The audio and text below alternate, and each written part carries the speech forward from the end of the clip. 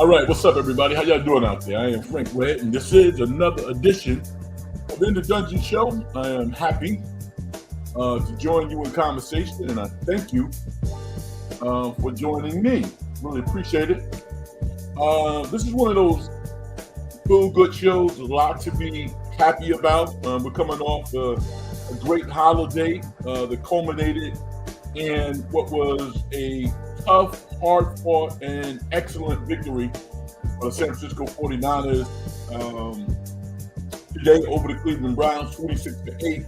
To me, it was the best of both worlds. The 49ers won, and Shedeur Sanders played well enough to get another start. If Kevin Stefanski tried to take him out of the lineup, literally, it would be an uproar in Cleveland because I thought he comported himself pretty well.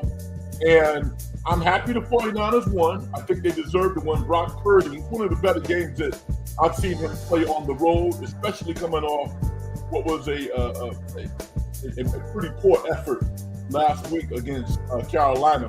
Brock Purdy was solid. The numbers don't tell the story. Dude made big-time throws. His teammates had his back. George Kittle, Juwan Jennings, both were pure-handed receivers today. But Cleveland didn't help themselves, and particularly the coach. I thought Kevin Stefanski was way too conservative, and there was some turnovers. And when you're having inclement weather, that's something that's a part of the game, so they have to deal with that.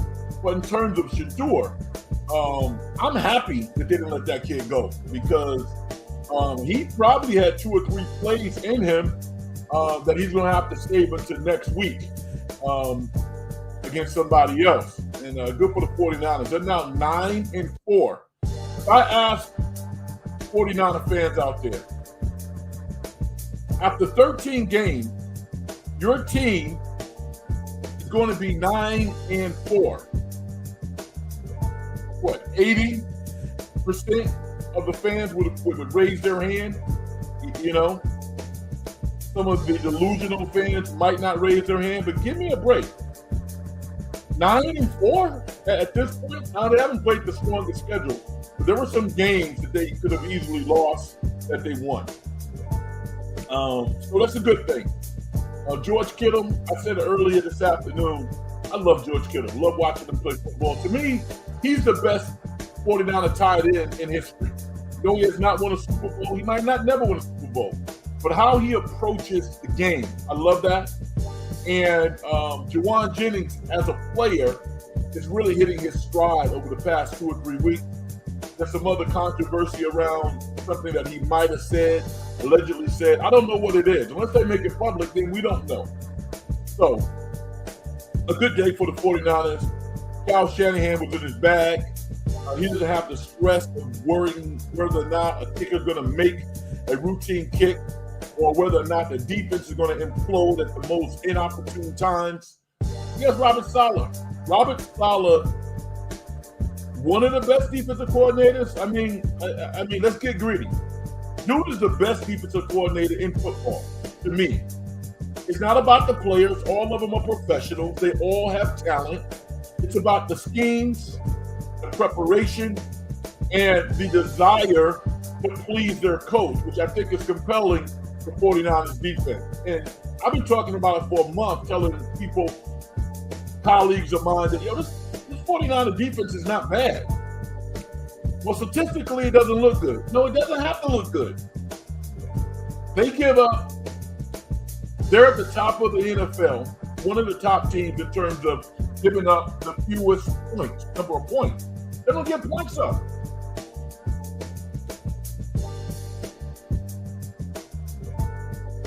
At this point, it's fair to start to reassess what the goals are for the year. I think making the playoffs from the onset was a realistic goal. They're not quite there yet, but I think that they'll get there.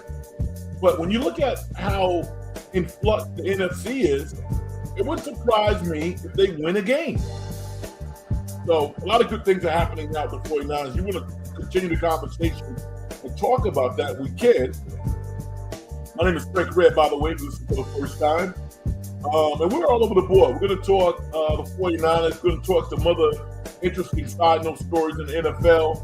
The Golden State Warriors are always a hot topic on this show. We can talk about that or the NBA in general. College football is shaping up in terms of who's going to challenge the national championship. We can talk about that. This is one of the best years of college basketball.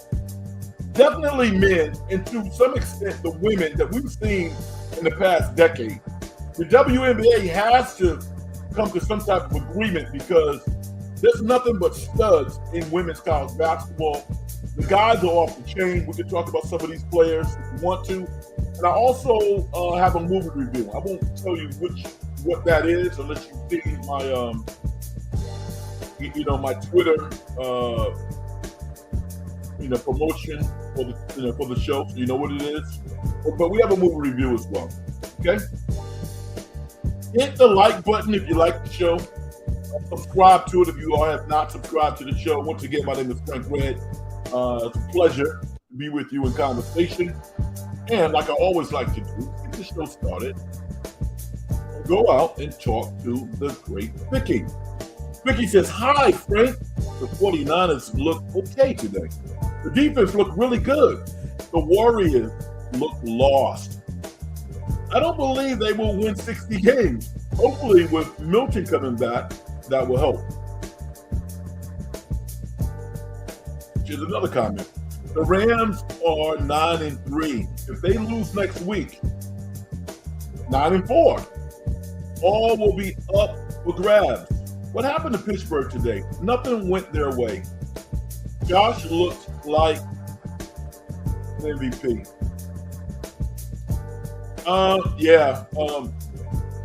Pittsburgh, that bothered me, but they're just not that good. I root for Tomlin, the Steelers in general. I love everything about the organization. And I root for Aaron Rodgers. But Aaron Rodgers, by his play, is showing everybody, I don't want to be out there anymore. I'm 40 years old. I don't want to get hit. Thinking about throwing off his back foot. Homeboy is throwing off his tippy toes. He does not want to get hit.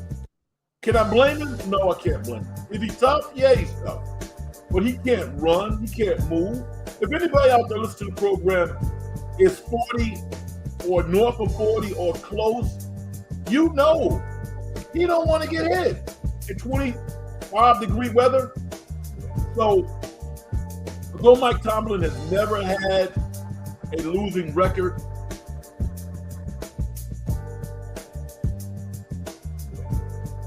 if it benefits the Steelers to have a losing record and maybe get a higher draft pick, there's no shame on Tomlin. That might be what they need to do, because they need to get a quarterback, not somebody who can be kind of a placeholder.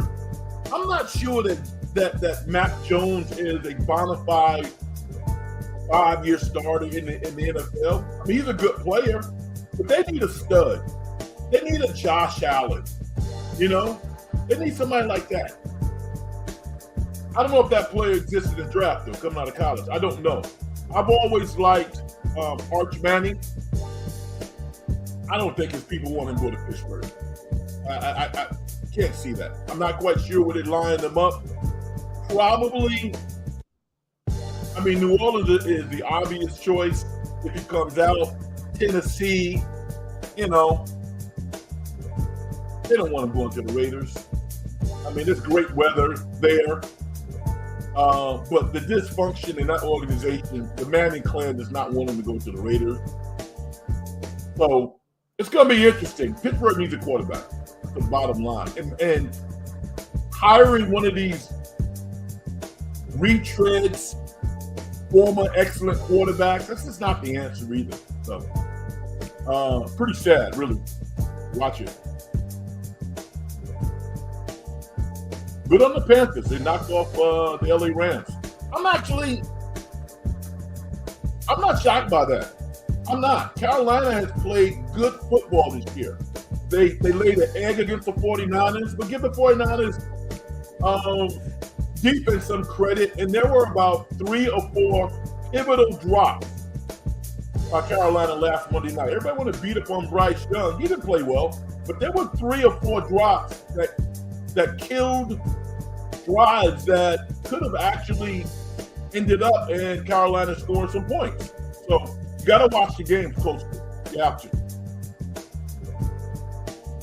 All right, the Great Keys. He says, "What's up, Frank? I am so proud of the Niners. They have overcome a lot and are showing so much heart and hustle. Understand why they are always talking about culture. It's all culture, dude. It's all culture. Check this out. Look how many players are balling out who are not on the 49ers this year. Ufunga, Dre Greenwald, Moody's making kicks. Deebo Samuels. I thought Deebo Samuels was done. Deebo ain't done. Deebo was not done. Deebo was fat and out of shape with the 49ers, and he had become disengaged for some reason. But when everybody was saying this guy was finished, I was like, no way. He's not finished. 29 years old. 49ers needed a culture to do stuff. It started with hiring Salah, who's taking care of the defense, and give some of these young cats the props that they deserve. I mean, getting Malik Mustafa back off injured reserve has been great. Upton Stout has been outstanding. D. Winters is playing like a Pro Bowler. D. Winters was a spot player. John Lynch, he gets a lot of hits sometimes for not drafting high in the first round. But this is the same guy who went out and got Sky Moore. Sky Moore, seemingly by himself, has resurrected the 49ers special teams. This dude is a factor. So yeah, the 49ers have a lot to be proud of and a lot to look forward to. I mean, let's get greedy. Get into the playoffs and then win some games. Why not?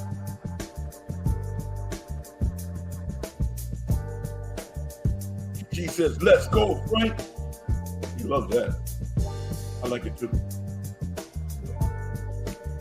At Mendez, Niners need to give Robert Saleh a blank check.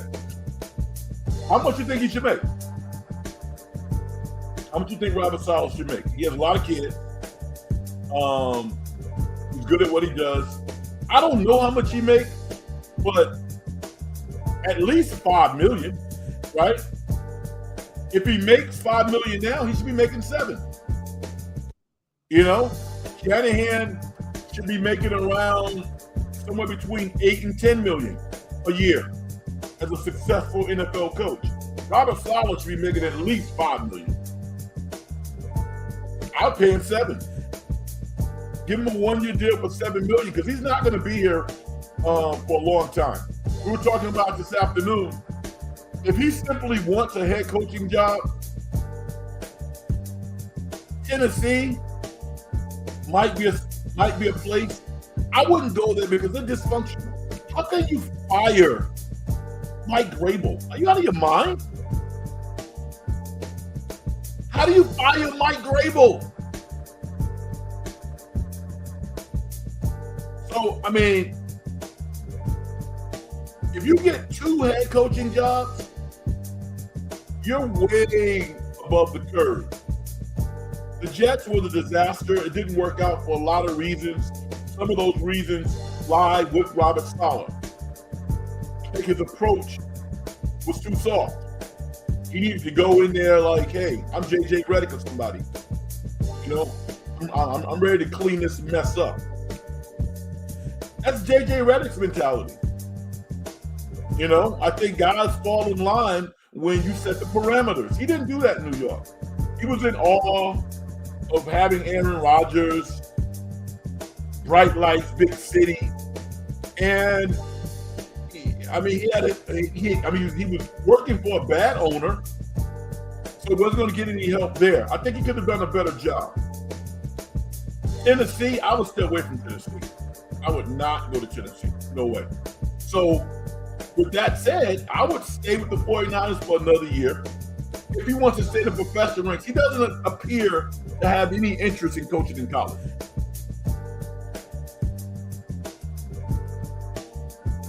There's only one big-time job left, right? That's Penn State. I mean, if I'm Penn State, I'm all over that guy.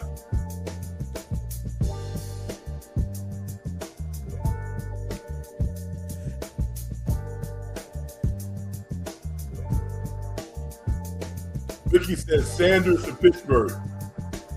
It sounds good. You know what the problem is, Vicky?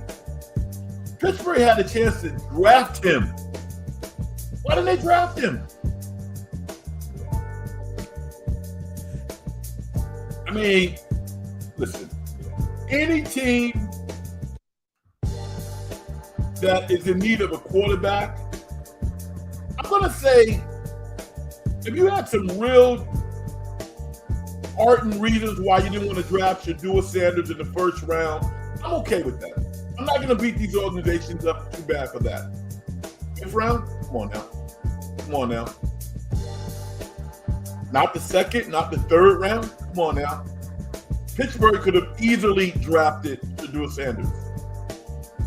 And we don't have enough information to say that this guy's going to be a hit in the NFL. I don't know that. You know, I don't walk around with pom-poms. No pom-poms in my hand. But when I evaluate him after watching him in college, this dude is a prospect. It doesn't take a football guru to figure out this guy throws a nice ball. He can read defenses. He got good footwork. Like Shaq said, he got good feet. He got good feet work. I mean, turning counterclockwise, losing 15 yards. No, dude.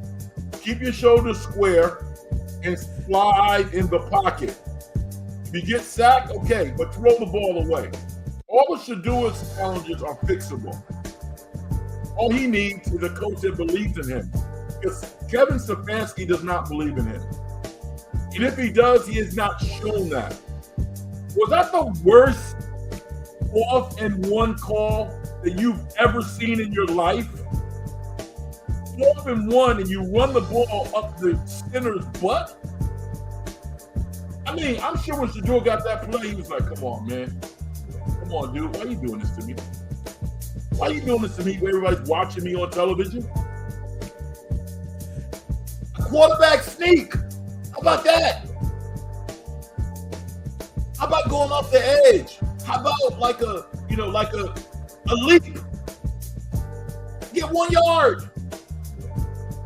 Keep in mind, I'm happy for the 49ers, but I want Shedeur to have an equal opportunity to be successful and to fail. That was terrible. You guys saw the interaction between Shedeur and Dylan Gabriel. Shedeur gets hurt for one play. He goes out for one. Dylan's like, oh, okay, I got this. Throws a nice little sharp out for about 8 yards. Shedeur's back on the field, and he had to almost like tap Dylan Gabriel on the shoulder, like, yo, dude, all right. I'm lucky that I've never been on a team where the competition got in the way of one of my teammates. Never that. That's not good. One of those guys will not be there next year. Keith said the Browns' passing game seemed more hindered than ours in those conditions. Their coach was told to tank or just incompetent. Way too conservative. Now, let's be fair. Be it the win or whatever the case, but Shedeur had an opportunity in the 4th play of the game to hit his receiver, and the ball still. I don't know if that's quarterback. I don't know if it's the wind, velocity. I have no idea. But, I've been in situations where despite the feeling that you're not being supported, you got to go out there and make plays, man. You got to go out there and be a factor. And I think Shedeur was a factor. But he has to do even more. He really does, because that's just that's a life of professional sports. That's the world that we live in. How many people listen to the program now have felt that they were not being supported, and yet you had to overcome whatever obstacles you had in your way to be successful? It happens a lot in sports, unfortunately. But when I played, it was like, the only thing I need is for the coach to put me in. You put me in, I'm going to make it happen. That's it. And Shedeur is getting his shot.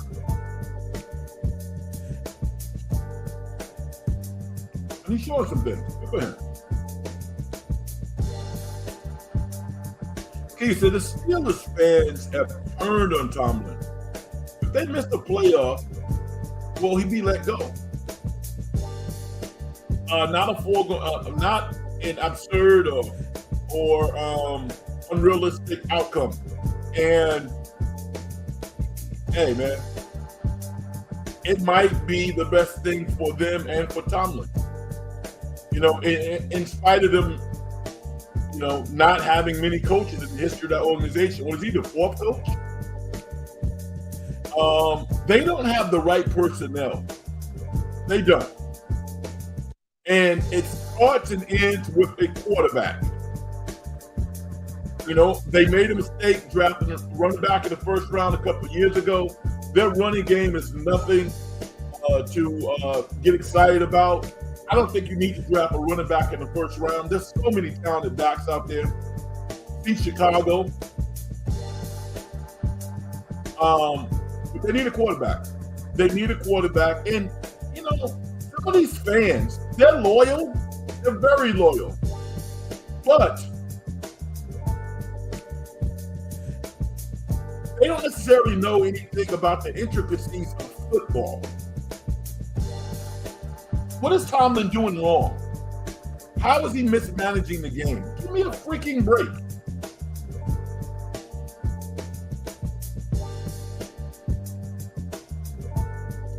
If Robert Saleh, if Robert Saleh stays next year, I could see this defense being top 5. No question about it. They have guys who are hurt. I can't see them trading Bosa. Why would you trade your stud and you drafted? Maybe a future Hall of Fame type player. They have some talent. There's no doubt about it. If Saleh is there, that defense is going to be rock solid. Their wide receiver core is going to be in flux. Brandon Ayuk is not coming back. There's no way in hell he's going to put another. There's no way that Brandon Ayuk is going to put a 49er uniform on. I can't see that. Juwan Jennings, I would sign him, but it wouldn't surprise me if he doesn't come back and he took more money somewhere. Ricky Pearsall has not shown any of us that he's that guy. Seemingly a nice guy. Talented, he's definitely talented, but does he have that tough wide receiver mentality that all the great ones have? We don't know.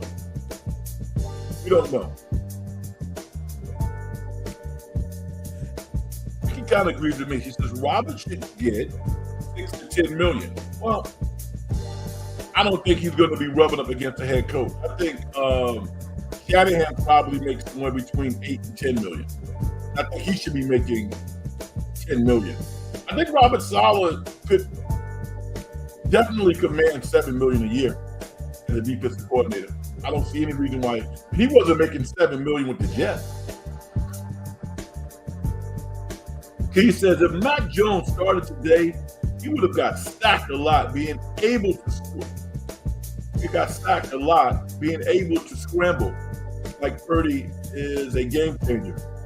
Not saying we would have lost with Mac, okay?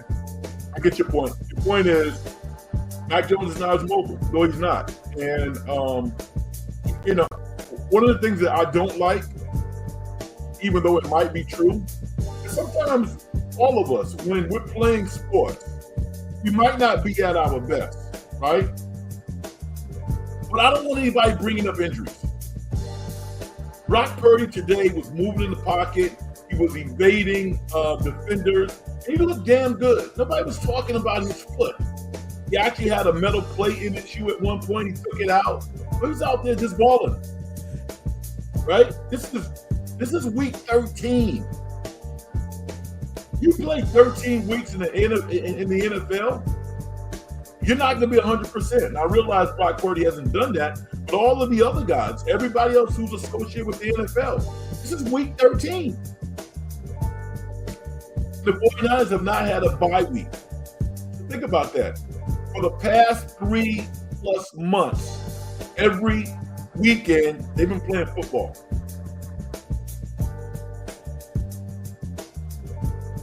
Tough guys play football. He says, I love seeing Bryce Young and the Panthers smack Stafford around today. Well, you know how I feel about Bryce.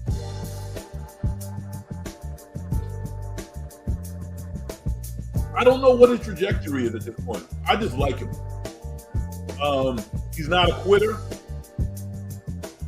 He is sleek in body, but he's tough, particularly from the neck up. I think part of his inaccuracy at times is due to the fact he can't see over the offensive line. He's too short. He's really short. 5'10", 5'11", maybe. He's not 6 feet. I don't believe he's 6 feet. But tremendous leader. Never shuns responsibility for the outcome. Always giving praise to other people, his teammates. This dude was raised right. He was coached right. And he's going to be successful. No doubt about that. He says, I hear Ole Miss doesn't want Lane to coach in the playoffs because he's going to LSU. Why in the world didn't the deal with this decision after the season? Damn it. Okay.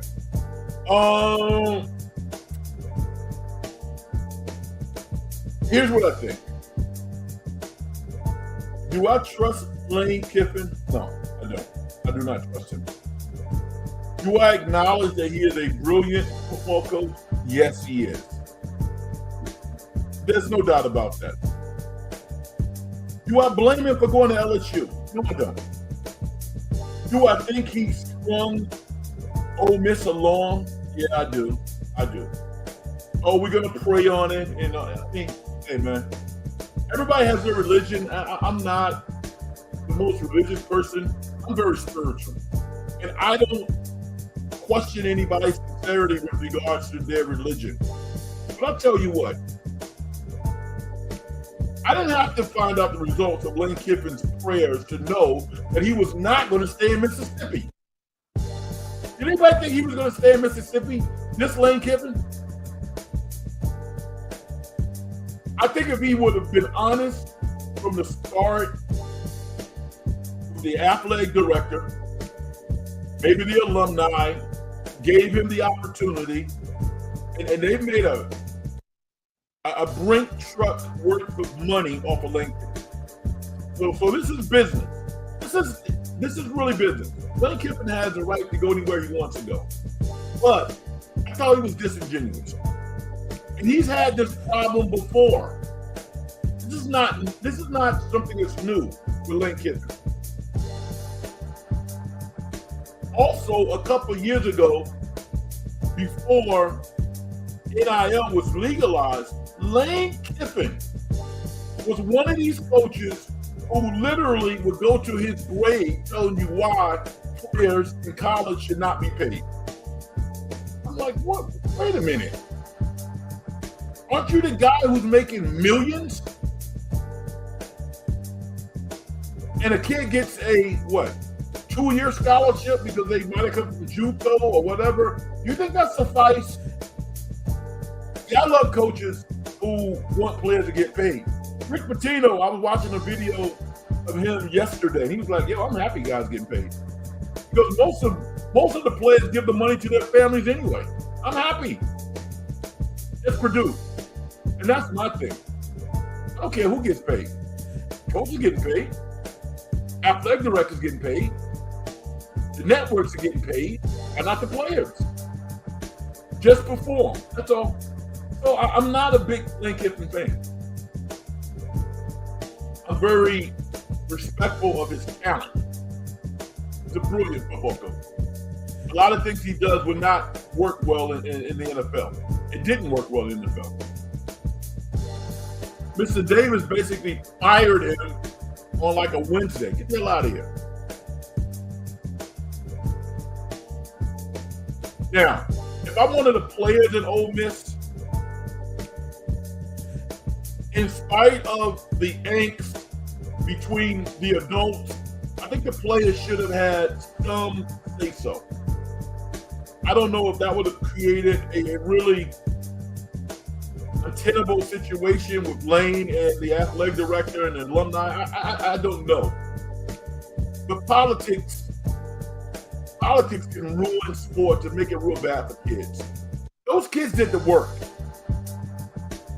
They should at least have a say-so on who's going to coach them. So I don't like this whole scenario because the players are not front and center in the decision-making process. Not upset. Keith says Ohio State finally beat Michigan. And I know they play number 2 Indiana. I can't wait. All the conference champions games. Yeah. I love college football. I do. And I wanted Michigan to win. I was not disappointed that Ohio State won. I like both programs. I just like the color blue. So I like Michigan's colors better. You know, I mean, not that I would want Ohio State to be any other color than the gray and burnt red. It looks good. It does. But my eyes, I've always liked blue. You know, why? The Knicks, right? The New York Knicks as a child. I love that blue and orange. It's my background. And another thing about New York that I love, my first baseball team was the New York Mets. The Mets have the same colors as the Knicks. Most teams that are in the same city, they want their own identity. I get it. But I love the fact that the New York Mets and the New York Knicks have the same color. I love that. Color. Excuse me.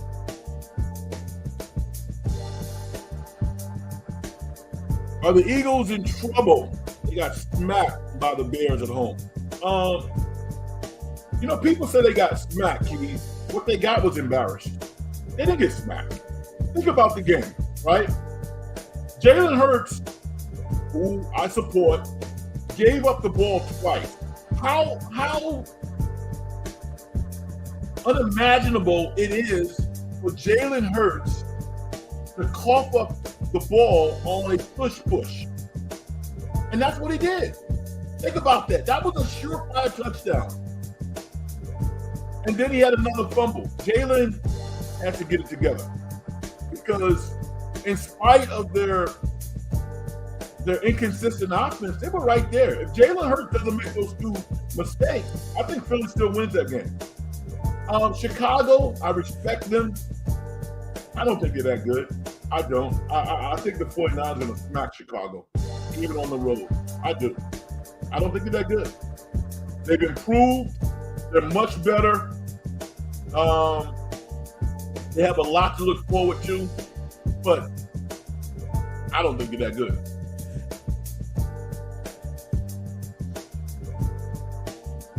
I don't think so.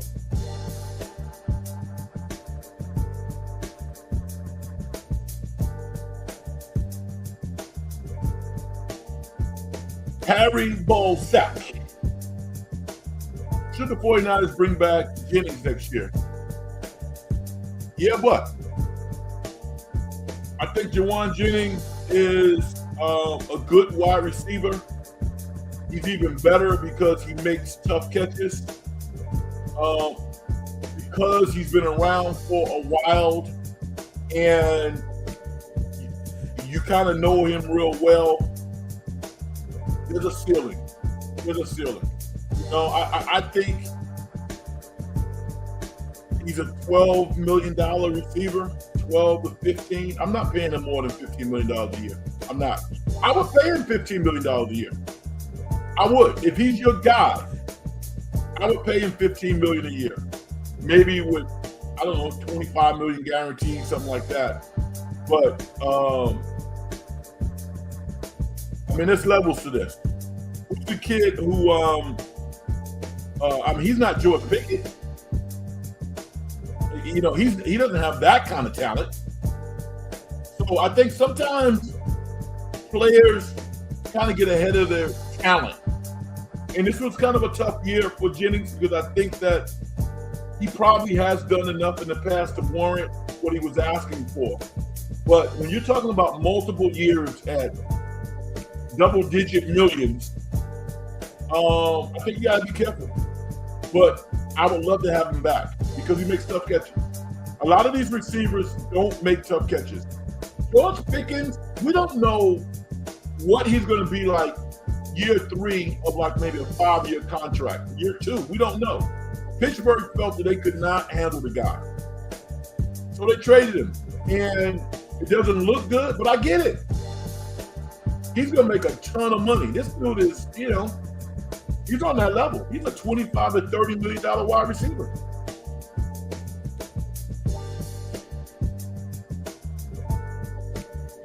Frantic Rage, what is up? How you doing? Frank, nice win by the Cowbears. I was worried they were going to lose after blowing the lead. Glad they pulled it out against a ranked team. Very impressive, very impressive. Which is probably why, again, Wilcox was fired. This team should probably have 9 wins, you know? And they were miraculous even Saturday night. It shouldn't always have to be miraculous like that. I mean, you know, SMU is a good team. They got a good coach. And this was a quality win for Cal. I'm more interested in who's going to be the next Cal coach. Who do you think they should be looking at, Francis Gray? I threw out a tweet yesterday. Yeah, yesterday. That, or maybe it was today, I don't remember. I think it was last night. What about Chip Kelly? What about Chip Kelly? I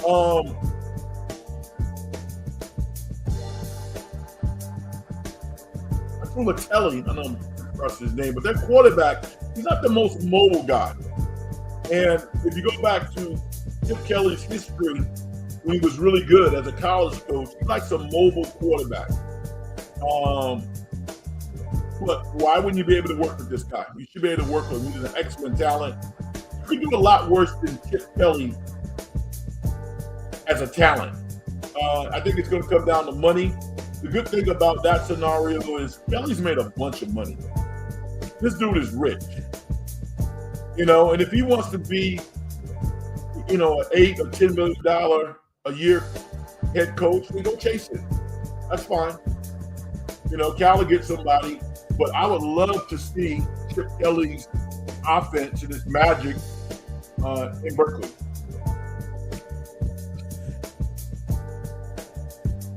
The Berkeley's cheap, though. They don't want to pay any money. Key says, who's your Heisman pick?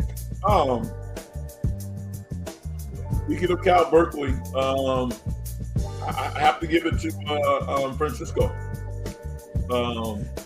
Quarterback of Indiana, who was Cal's former quarterback.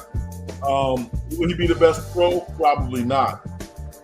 But I think that he deserves. His last name is Hernandez, right? Is it Francisco? Or is it Garcia? I would pick him. I think the guy at Vanderbilt has a better story. He's probably a little more attractive nationally based on where he came from, New Mexico State. But no, Francisco Mendoza is his name. Excuse me. I got a lot of names in my head. Francisco Mendoza. I think Mendoza should win it. I think he's been phenomenal. And from start to finish, I think he's been the best quarterback in college football. Statistically, doesn't mean that he's the most talented, but I think he deserves to win it. We'll see.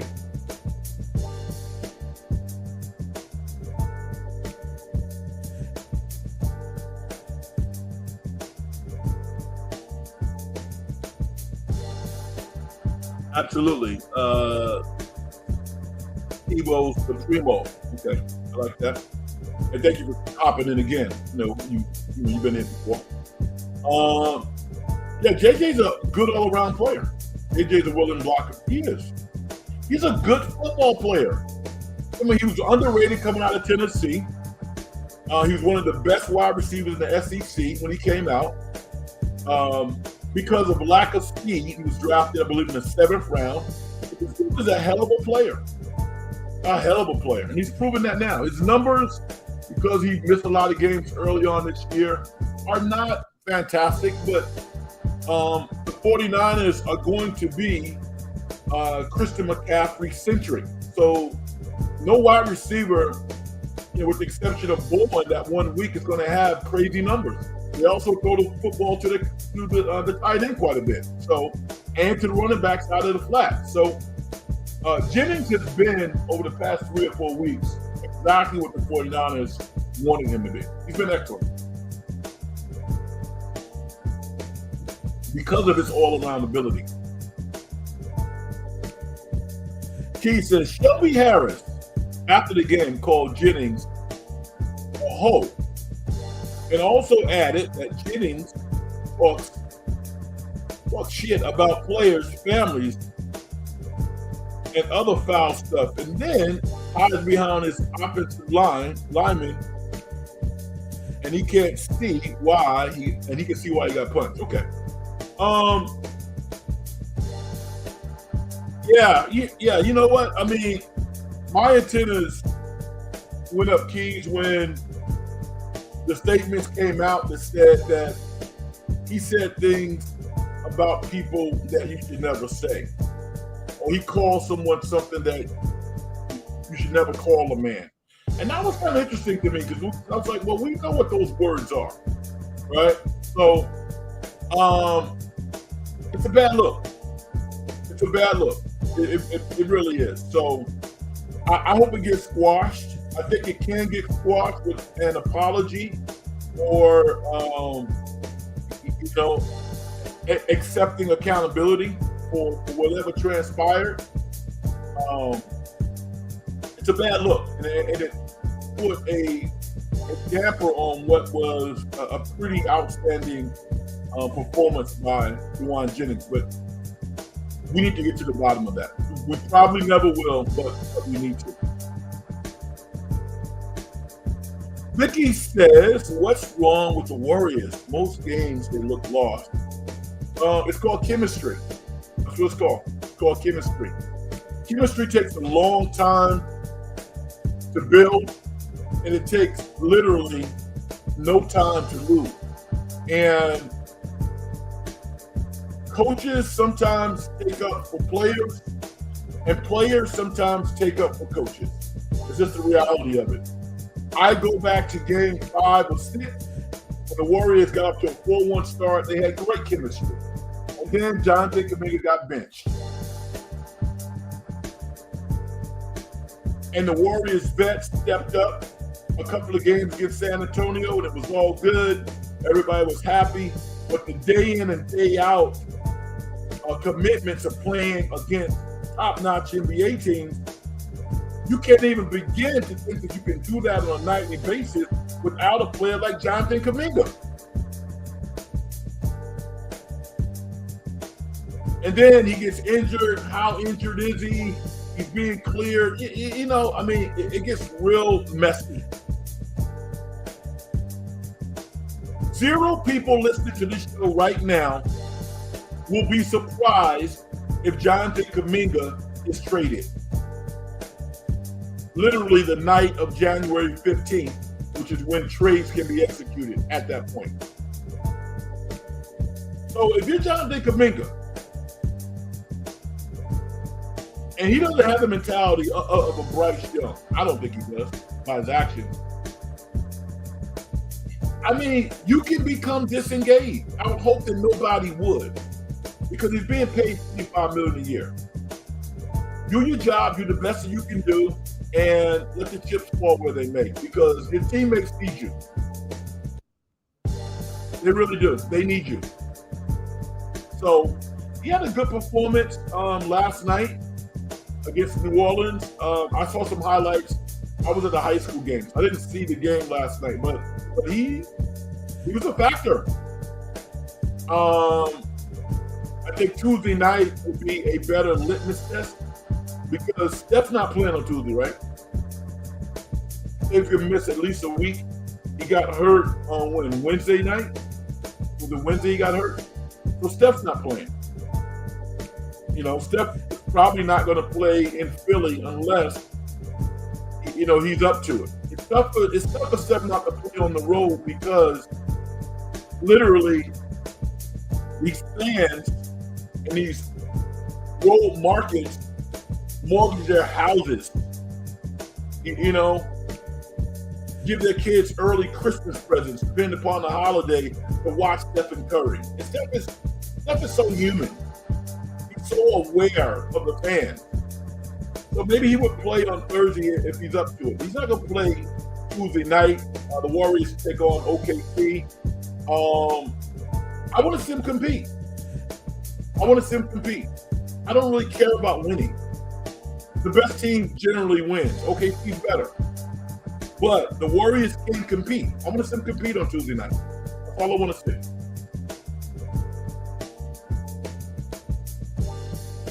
He says, is Jennings the Niners' Draymond? I remember Jennings would have won MVP for the first Super Bowl if he won. Yeah. I don't remember that. My memory's quite not as good as yours.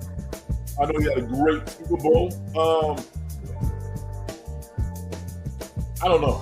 I think Draymond's rope is a lot. His dossier is a lot longer than Juwan Jennings, but Juwan's different. Mercurial. I think that's probably a word that might fit. Mercurial. Bradley Rage, you think Steph will play if he signed on Monday? No, I don't think so. I think it's going to take a little time. Maybe I'll be surprised.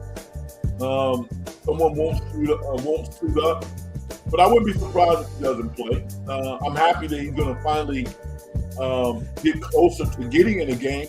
He can shoot. I mean, I wouldn't mind him playing, but if you put him in, that's you're going to take somebody else out. Who are you going to take out, buddy?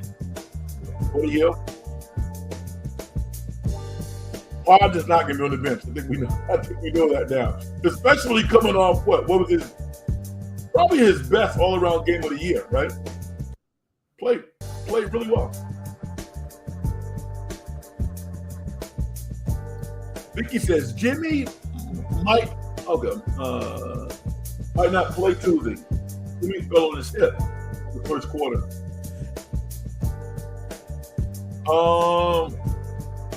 That would be tough if he doesn't play. But I get it.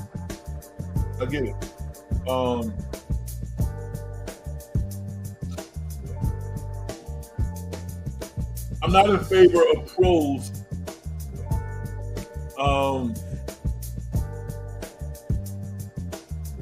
playing injured,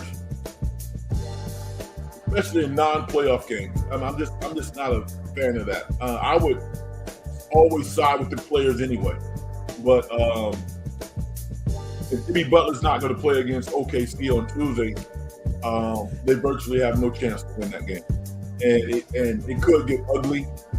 That's one of those peacock games on NBC, so the whole world's gonna be watching. Literally, it has a late start. It starts at 8 o'clock. There's a lot of stuff riding on that particular game. He's definitely not going to play, and okay, he's not playing. Jimmy Butler's their next best player. Pick the two best players off of Golden State, and again, it can get ugly. So hopefully he will play because he's better. But if he's not up to it, then I don't want him to play.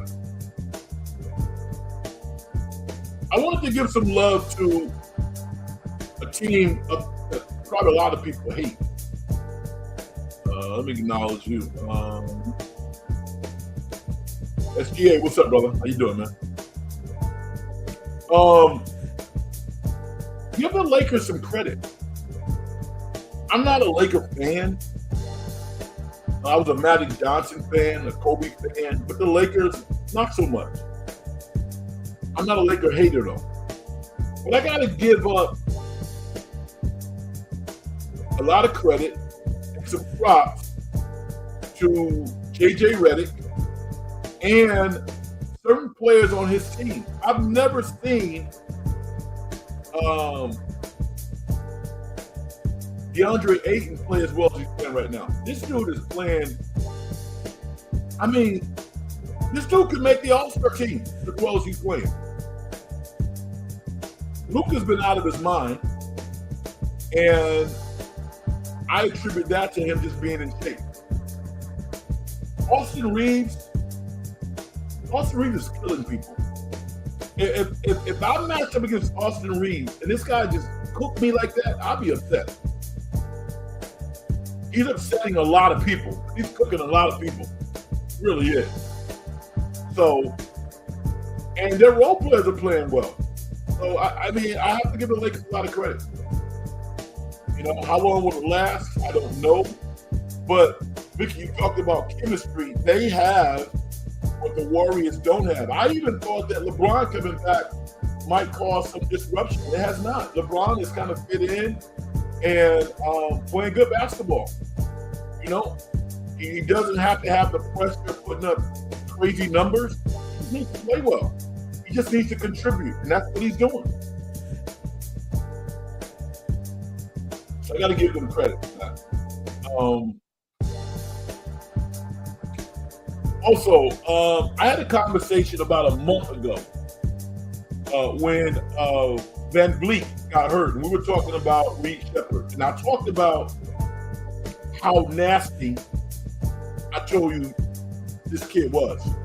Offensively, Reed Sheppard is like a video game. This dude is ridiculous. And he came to the Bay and just cooked Pods. Pods didn't do anything with him. He's getting better. He's never going to be a great defender, but he's not making as many mistakes. Reed Sheppard is that guy.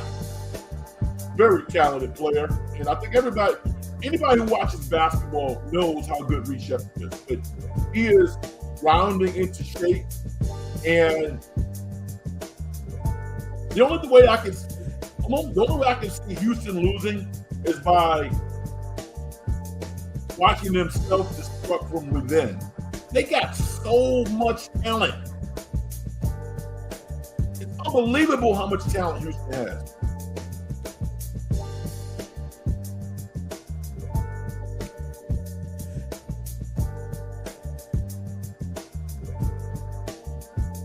He says, I couldn't believe to hear Austin Reeves averaging 27 points per game. Yeah, man. I mean, jeez. Is he skilled? Yes, he's very skilled. Is he quick? No. Is he athletic? Yeah, not really. I mean, I honestly, if the dude was cooking me like that, I'd be upset. I really would be upset. But he's getting it in right now. He really is. He's getting it in. And I salute him because Austin Reeves is like, I'm going to get what I deserve. He's trying to get the bag. I am not mad at him. He's going to be one of those $30 million guys. And And based on how he's playing, why not? Why not?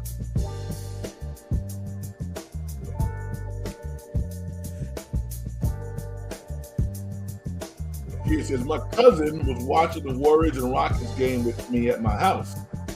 And she was surprised how well Reese Pepper was playing. I never heard of that man's name. Well, can't be mad at her for not being a college basketball fan. His 1 year at Kentucky, he lit it up. He lit it up. So I'm not surprised how well he's playing. Some other teams surprised me. Boston has surprised me. Boston has been a lot more competitive than I thought that they would be. But I think it, professionalism and good coaching, being a champion, you wear that. So I got to salute the Celtics. They're not great, but if you roll up to the Boston Garden and you are not ready to play, they'll beat you. And that's how it should be. I just wanted to raise the conversation about college basketball. This is one of the best years that we've seen in the past 10. A lot of dynamic players. I don't know if you guys are watching, you young ladies are watching men's college basketball, but there was this narrative out there 2-3 years ago about how the NBA was on the downside and the league was in trouble. I don't see it. I see some aging stars in the NBA, but I see the influx of young talent coming into the league that can be stars. And I see some young guys in the league now who are about to rise up and take the mantle and become superstars. So, the NBA is what it is. Basketball is such an incredible game. It's a world game. And the idea of the NBA not having enough talent, to me, is not something that I can fathom. So, but who's going to be the number one pick? If I'm one of the guys in college, I might not want to be the number one pick.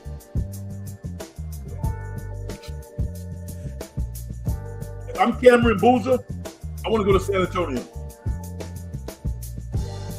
I don't want to go to an organization that's going to depend on me to be the number one option. Cameron Boozer will never be a number one option. Never. He's not as long as Al Horford, but he kind of reminds me of Al Horford in a lot of ways. He's really good and solid. He's going to have an incredible NBA career. And if he's with a superstar-esque player like a Victor Wembanyama, he'll win multiple championships. So I like him. AJ Nanza. He compares himself to Tracy McGrady. I think that's a pretty good comparison. He's going to be a stud player. He's going to be really good. It was interesting. I saw some highlights of this European player who played for Virginia Tech about 2 or 3 weeks ago. And he looked really, really good. And then I saw him against St. Mary's over the weekend, Randy Bennett, head coach of St. Mary's. And St. Mary's outplayed Virginia Tech, didn't let this young man get off. And that kind of gave me some pause because in the NBA, you got to get it. No one's going to give it to you. And, superstars don't need referees at the college level. And I thought that he was just kind of like, they fouling me. I'm like, dude, you gotta go play. Nobody's on your level here. Go play. And he didn't do that against St. Mary's. So props to St. Mary's. And I can't remember the player I'm talking about now. I don't want to butcher his name. But he plays for Vatek, 6'9" point guard, really smooth, really fluid. But that go-get-it mentality is something that you got to have as a young player if you're going good. I'm jumping around a little bit also, but Dak Prescott, there were people who had Dak Prescott outside of the top 10 in NFL quarterbacks. I never did. I'm a big Dak fan. And I don't know what happened this year. Dak Prescott is having an MVP caliber season. He really is. And couldn't be more happier for the guy because have you ever seen Dak Prescott when he did not exhibit great class? I never have. Never. Keith says Raiders should bench Geno Smith. Their offense is unwatchable. Yeah. It's been a disaster. It's been ugly. If they don't bench Geno, it makes you think what's behind him. Who's backing him up? It's a mess. It is an absolute mess.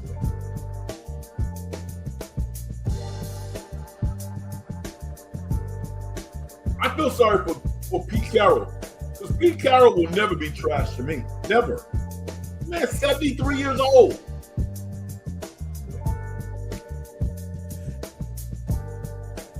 I'm going to ride with Pete Carroll. I see bad football. I see professionals being paid a lot of money and playing bad football. With the exception of a few players. Brock Bowers, you see that catch? That one hand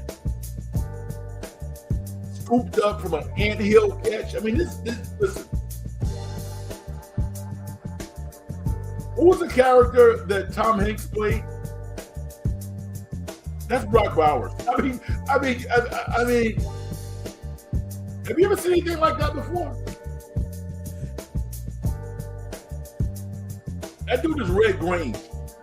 I mean, just the most natural football player that maybe we've ever seen. Yes, Brock Bowers is Forrest Gump. I mean, I've never seen anything like this before. As much as I love George Kittle Kittle's not Brock Bowers. Can you imagine Brock Bowers on the 49ers? Can you imagine that? What a stud.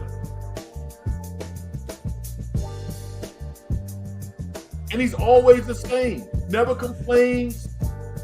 Never takes a play off. That dude's special. One of the most natural football players I've ever seen. Just a natural football player.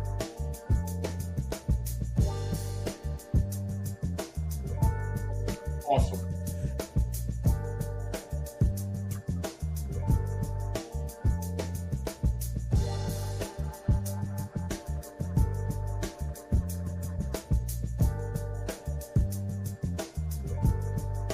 All right. I had a chance to, we can go back to sports. I wanted to get this in. I had a chance to watch a movie over the Thanksgiving holiday. And my friend recommended it. It was not my choice. I didn't have a problem with it. I was like, yeah, sure, let's see it. We saw a movie called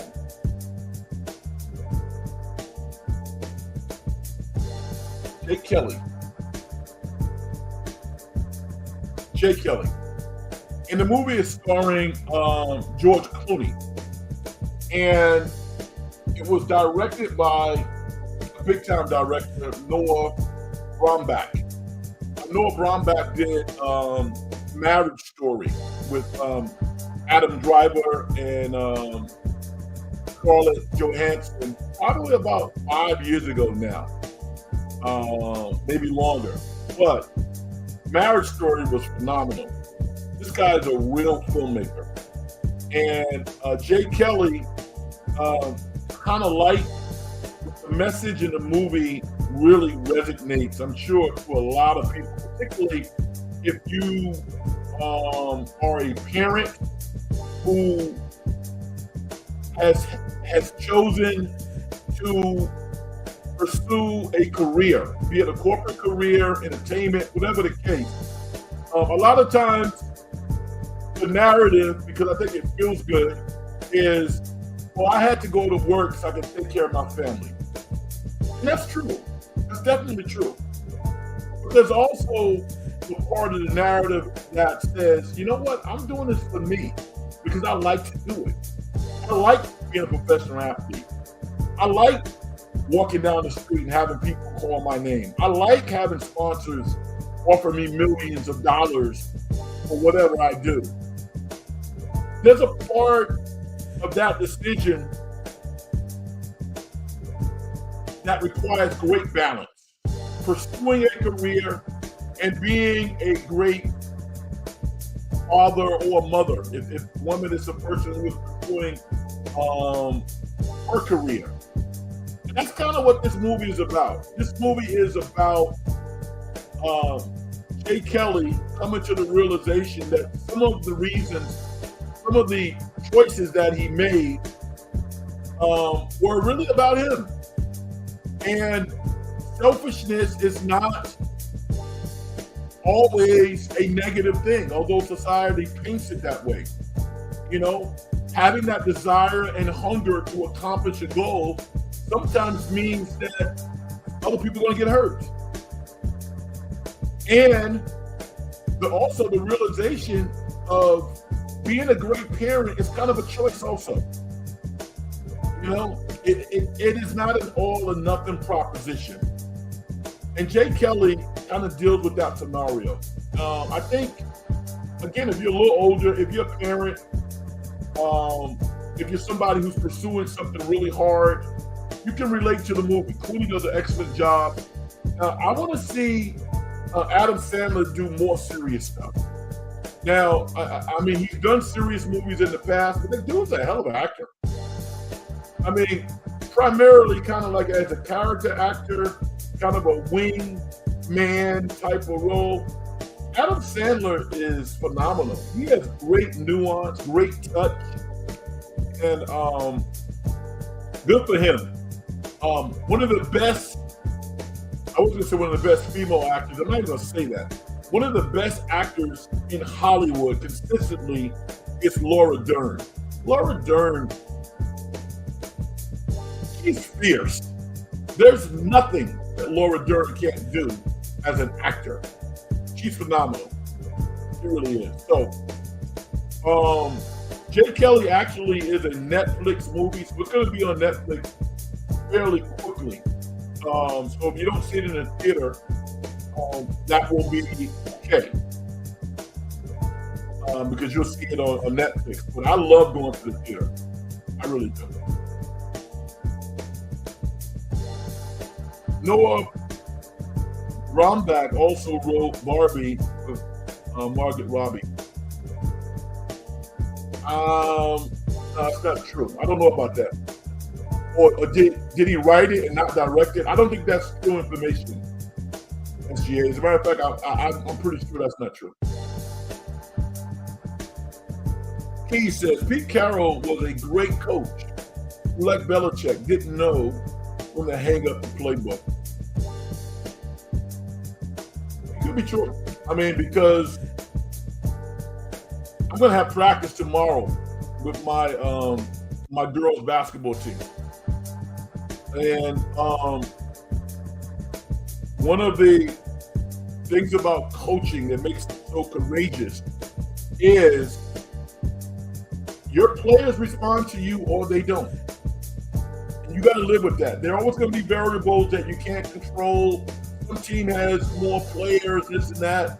And I saw some guys on the Raiders flying around. It was not everybody.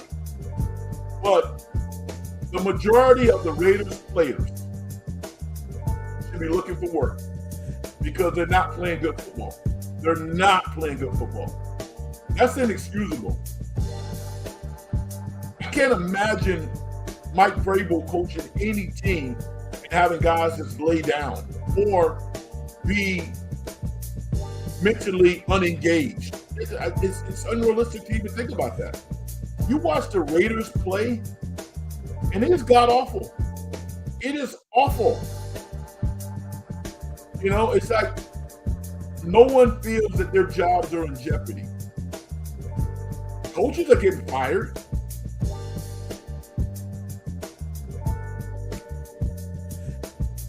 So yeah,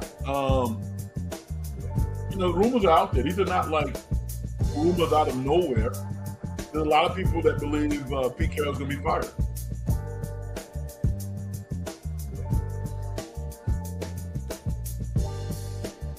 Belichick, I don't know what to make of Belichick. I think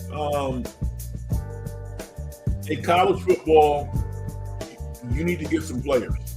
I saw North Carolina at various times this year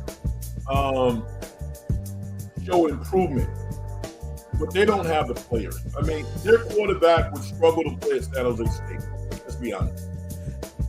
So while I don't see Belichick being this rah-rah guy that's going to be really exciting to young players to go to North Carolina, I don't know what they're going to do. They're going to have to, just turn it into a business proposition where they're paying for players. Because Belichick, I mean, it's one thing about the youth and about sports. These kids don't know who you are. Think about that. Imagine Belichick rolling up into somebody's living room and saying, "Hey, I'm Bill Belichick." And having a kid, 16, 17 years old, say, "Mom, Dad, who's that? Bella who?" These kids don't know. You have to make them feel like they're the greatest thing that ever happened to football. And it's demeaning. I'm sure guys like Belichick though doesn't like to do that. But it's part of the game. You guys saw the clip of the Illinois basketball coach. I can't think of his name right now, but he's a very, very successful coach. And there was a clip online in which a 5-star recruit comes in the locker room. It's like, "Yo, coach, I'm coming to Illinois." And he went ballistic. I mean, he's hugging this kid. He's jumping up and down. He looked like Ben Johnson.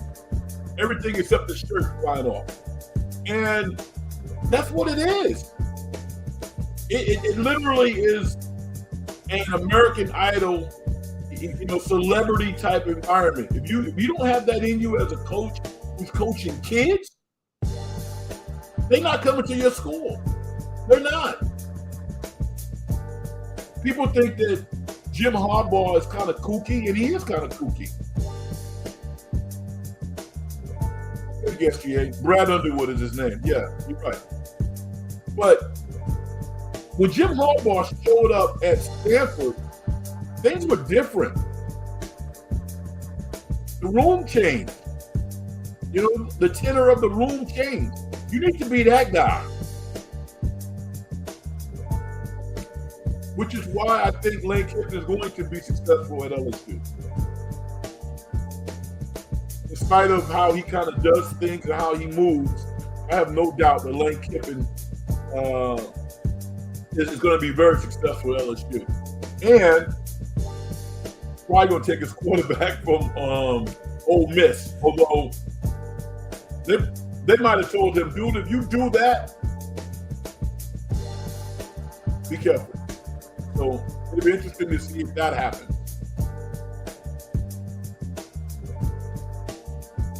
Vicky says the quarterback for Michigan University, Underwood, has a $12 million waiting for him when he walks out the door before the NFL. Yeah, I mean, how do you feel about that, Vicky? I think it's great. I mean, for so long, athletes at that level have received nothing. Is $12 million a crazy number? Yeah, it is a crazy number.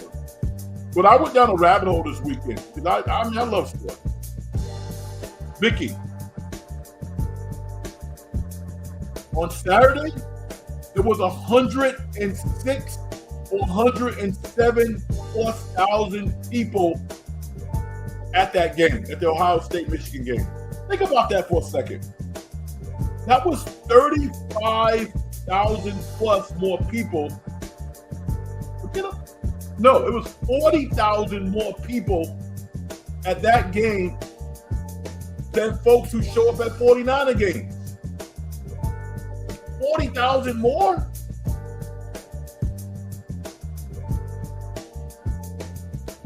Let's just say I mean, with all of the skyboxes and everything, you know how much money they generate? If we just say, which is absurd, if we just say the average ticket costs $50 to the Michigan Ohio State game, we know there's a lot more than that on average. That's a lot of freaking money. I think the kid deserves it, not the ball.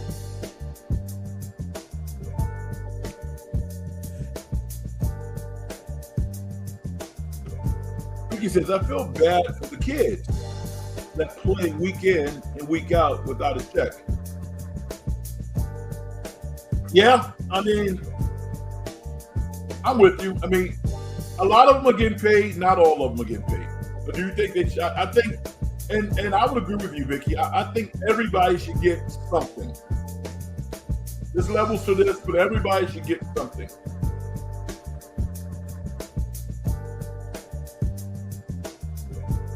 Totally agree with you on that. So, anyway, we'll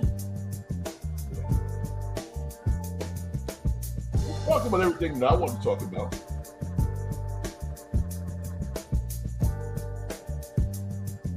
Bryce Underwood, the quarterback, the Michigan freshman. He was in high school 3-4 months ago. I think he's done extremely well as a freshman quarterback playing in the Big Ten. Has been the leader of that team. He's only going to get better. This is a true freshman. This is not a redshirt freshman. So I think the kid has done extremely well. Bryce Underwood, I think, is going to be an outstanding player at Michigan. Will probably win a national championship. If he doesn't, that will be a major disappointment. Whether or not he will equate to a top-tier NFL prospect, I don't know yet. College football is totally different from the NFL. But I like what the young man has done in this freshman year. I thought he answered the bell. 9-3 right now. They're going to go to a good bowl game. And get ready for next year. He says, with Milton and both Currys are available, does Pods go where he should be at the end of the bench? In another organization, yeah. In the Warriors organization, no way. Absolutely not. Kerr likes that guy. Kerr, I mean, you know, hey, no. He's going to get as many opportunities as he needs to justify him playing. And as long as he plays well, I'm okay. You know, I don't root against people. But he's not a better player than DeAnthony Milton. He's not. If DeAnthony Milton is healthy, then he's a better player. Simple as that. Seth Curry is a better shooter. You know, so we got to find him minutes. But I think Seth's minutes are going to come from Buddy Hield. Buddy Hield's in trouble. You know, Buddy Hield will either get traded or he'll be glued to the bench. If Seth comes out there and he's making shots, then he's going to play.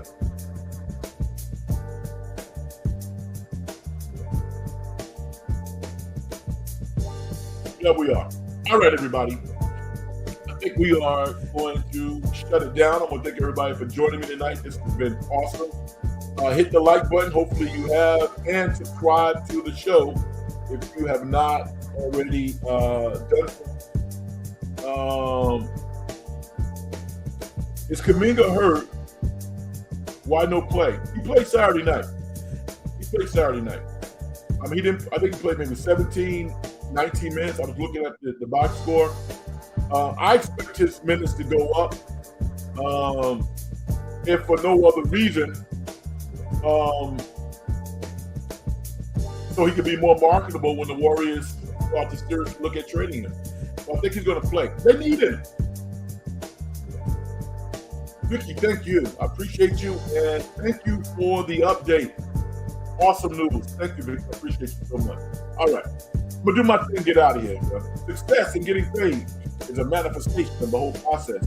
If you as an individual don't do things to help other people make their lives better, as far as I'm concerned, you haven't done nothing. Hit the like button, subscribe to the show, and follow me on X as well. SGA, I'm thinking about it, B. I'm thinking about it. All right. Good night, everybody. Peace.